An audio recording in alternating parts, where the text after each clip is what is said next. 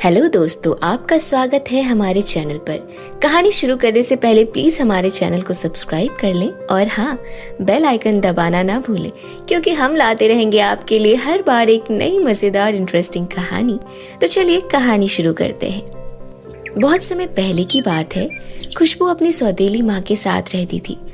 खुशबू जब 2 साल की थी तभी उसकी माँ का एक बीमारी के कारण देहांत हो गया था और खुशबू के पिताजी शहर की कंपनी में काम किया करते थे। खुशबू के पिताजी कभी कभी काम की छुट्टी लेकर खुशबू से मिलने आया करते थे। सुनीता की पहले से ही एक बेटी थी, पूजा। सुनीता बहुत ही गुस्सैल स्वभाव की थी। शुरू में तो सुनीता ने खुशबू की अच्छी देखभाल की, लेकिन कुछ सालों बाद ही खुशबू के साथ अत्याचार करना शुरू कर दिया। वह खुशबू से घर का सारा काम करवाती और उसकी माँ के बारे में भला बुरा बोलकर उसे पूरे दिन परेशान करती थी। खुशबू जैसे तैसे बड़ी होती गई, घर के कामों का बोझ उस पर डाल दिया गया। वहीं दूसरी तरफ सुनीता की बेटी पूजा पूरा दिन दोस्तों के साथ पार्टी करती और मॉल में शॉपिंग करती और रात को देर से घर आती। एक दिन पूजा अपने दोस्तों के साथ पार्टी में जाने के लिए तैयार हो रही थी। वह तैयार होकर नाश्ता करने जाती है, तभी वह देखती है कि डाइनिंग टेबल पर खाने के लिए कुछ भी नहीं है। वह गुस्से से अपनी माँ को आवाज देती है, माँ, आज मुझे नाश्ता नहीं मिलेगा क्या? मुझे बहुत देर हो रही है, मेरे दोस्तों को मेरा इंतजार करना पड़ रहा है। इतना सुनकर सुनीता वहां आती है और कहती है, मेरी प्यारी बेटी, क्या हो गया जो तू इतना जोर जोर से चिल्ला रही है? पूजा अपनी माँ को बता देती है। अच्छा, अभी रुक। खुशबू, ओ खुशबू, कहाँ मर गई जो अभी तक नाश्ता नहीं बनाया? सुनीता खुशबू के कमरे में जाकर देखती है तो खुशबू सो रही होती है। खुशबू को सोता देख सुनीता को गुस्सा आ जाता है। अच्छा, तो महारानी सो रही है और वहाँ मेरी बेटी भूख के मारे तड़प रही है। उसके पेट में चूहे कूद रहे हैं और महारानी को सोने से फुर्सत नहीं है। माँ, आज मेरी तबीयत थोड़ी ठीक नहीं है, मुझे थोड़ा आराम चाहिए। जैसे ही मुझे थोड़ा आराम मिलेगा मैं घर का सारा काम कर दूंगी। मनहूस लड़की, यह सब तेरे काम ना करने का बहाना है। अब जल्दी से उठ और मेरी बेटी के लिए नाश्ता बना दे। और मुझे कुछ नहीं पता कि तुझे आज तेज बुखार है या तेरे दिल में दर्द हो रहा है।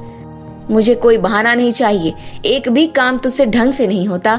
आए दिन कुछ ना कुछ बहाना बनाती रहती है। कभी सर में दर्द तो कभी पैर में दर्द। तेरे तो दर्द ही खत्म नहीं होते। जब देखो महारानी को आराम चाहिए होता है। घर का सारा काम क्या तेरी मरी हुई माँ करेगी? अपनी सौतेली माँ की इतनी खरी खोटी सुनने के बाद खुशबू तेज बुखार में ही पूजा के लिए नाश्ता तैयार कर देती है और फिर घर का सारा काम कर देती है।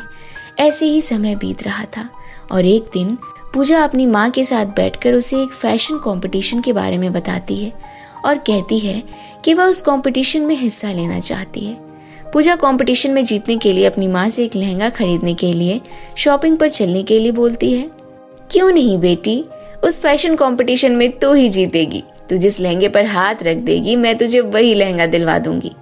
सुनीता और पूजा की बात खुशबू सुन लेती है और मन ही मन सोचती है कि मैं भी फैशन कंपटीशन में हिस्सा ले लेती हूँ। लेकिन वह जानती थी कि उसके पास एक भी नई जोड़ी कपड़े नहीं है। खुशबू की माँ सुनीता खुशबू को पूजा के पुराने कपड़े पहनने के लिए देती थी। पूजा और माँ शॉपिंग पर जा रहे हैं। एक बार माँ से बात करके देखती हूँ, शायद वह मुझे नए कपड़े दिलवा दे। माँ, आप शॉपिंग पर जा रहे हैं तो मेरे लिए भी एक जोड़ी कपड़े ले आना। मेरे कपड़े फट गए हैं, मुझे भी नए कपड़े पहनने हैं। तू मनहूस लड़की, नए नए कपड़े पहनकर क्या करेगी?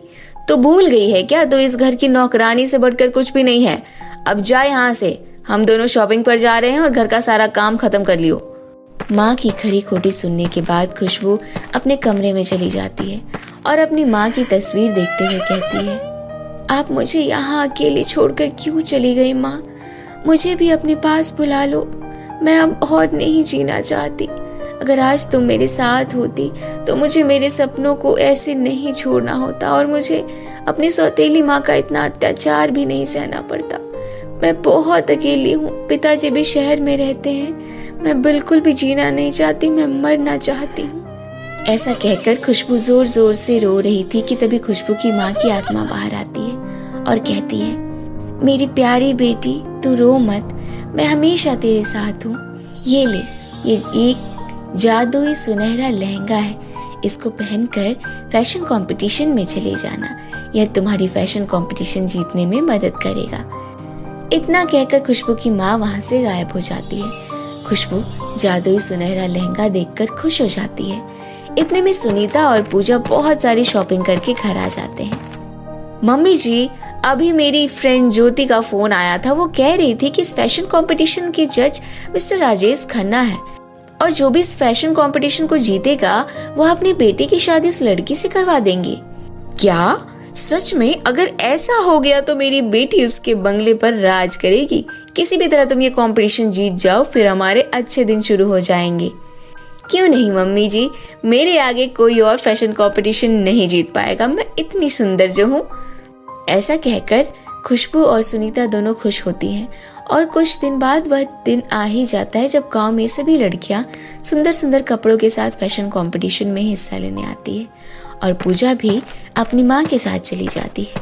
पूजा के फैशन कंपटीशन में जाने के बाद खुशबू भी वह सुनहरा लहंगा पहन लेती है और देखती है कि वह पहले से भी ज्यादा खूबसूरत हो गई है, जिसे सोचकर वह बहुत खुश हो जाती है और कहती है, अरे यह जादुई सुनहरा लहंगा कितना अच्छा है। अब तो यह फैशन कंपटीशन मैं ही जीतूंगी और मिस वर्ल्ड बन जाऊंगी।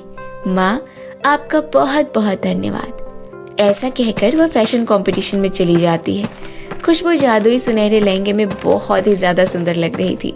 फैशन कंपटीशन में आया हर कोई खुशबू को ही देखे जा रहा था और आखिर में वह फैशन कंपटीशन जीत जाती है। और फिर अगले ही दिन फैशन कंपटीशन के जज मिस्टर राजेश खन्ना अपने बेटे के साथ खुशबू के घर आ जाते हैं और अपने बेटे की शादी खुशबू के साथ करने के लिए तैयार हो जाते हैं।